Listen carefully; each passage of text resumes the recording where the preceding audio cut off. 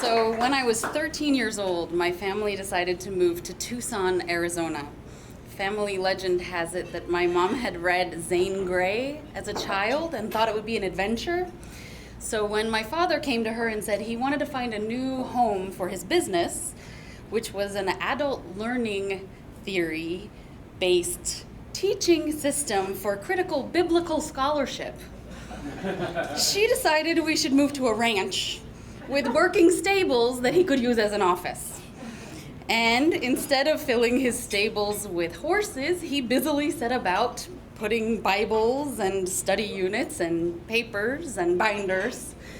But even him running around our ranch with his white socks and sandals was not as discombobulated as our white, long-haired kitty, Angel.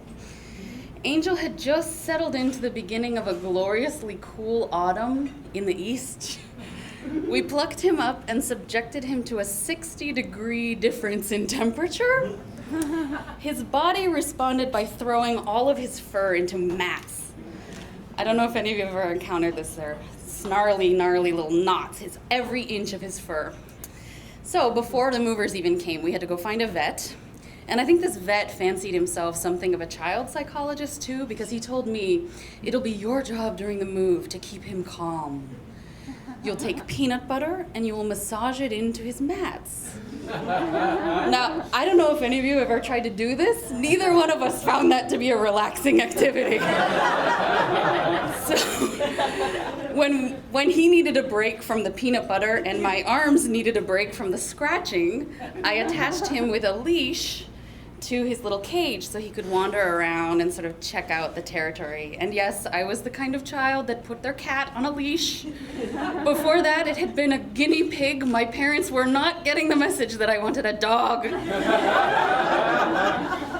But what I didn't know about our new ranch home was that the former owner had been going deaf and had rigged up this contraption to amplify the sound of the phone all around 2 acres of ranch property, and Kitty de-stress zone was right under the principal megaphone. So when we got our first phone call, which was the movers telling us that they were lost, it was such a din that I didn't even hear the cat running around the yard, dragging his cage behind him. All I knew was I couldn't find him. My mother came and helped me, and she found him by identifying the tree that had a cage swinging from one of the branches. There he was, hanging on for dear life, covered in peanut butter.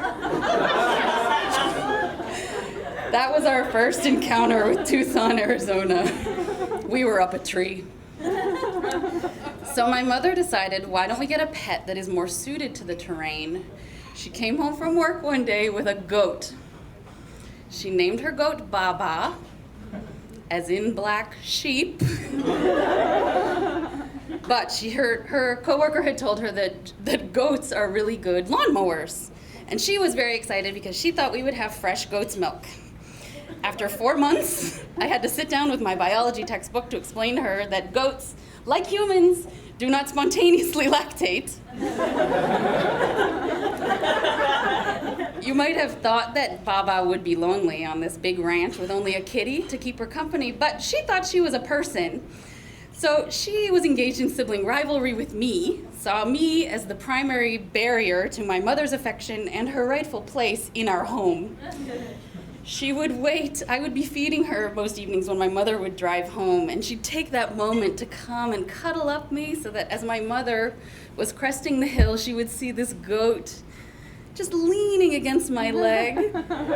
When my mother would turn her head to shut off her car, the goat would also turn her head, stab me in my thigh, immobilizing me so she could make a run at the front door and presumably my bedroom. She was ready to move in. And maybe my parents finally felt sorry for me, but I think it was because my father had finally come to grips with what living in the desert really meant.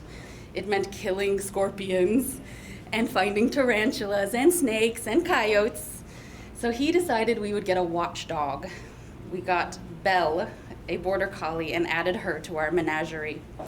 Now, Belle had the watch part down. That was pretty much all. She was terrified. She was terrified of us, of our cat, and especially this goat. Now, one evening, as I was starting to find my friends, I was known at school as the girl who had a father who was a Bible salesman, so my friends were the band. The band nerds decided to welcome me to the community by forking our lawn. Has anyone heard of this? In Tucson, it's like the equivalent of TPing, but it means you're welcome. It means you're part of the community. So a pack of teenagers on a moonless night were busily shoving silverware into our yard. And they kept hearing this jangling noise, and they were thinking, is somebody jangling the silverware? No, it's not me, it's not me, it's not me. They finally stumbled upon my dog, Belle, trying to hide in the sea of teenagers. She was trembling so loudly that her collar was rattling. Poor Belle.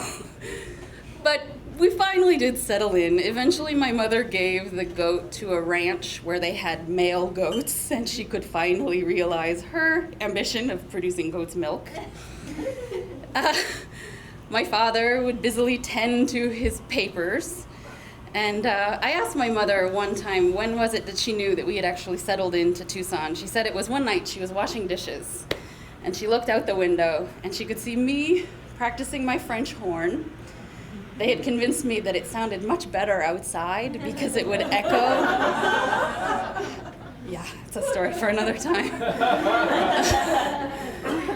And there was a restructuring of the animal hierarchy once the goat was gone. The kitty resumed his rightful place at the top so he could boss the dog all over the yard, which turned out made the dog really, really happy because all that she had been looking for was her alpha dog. Thank you.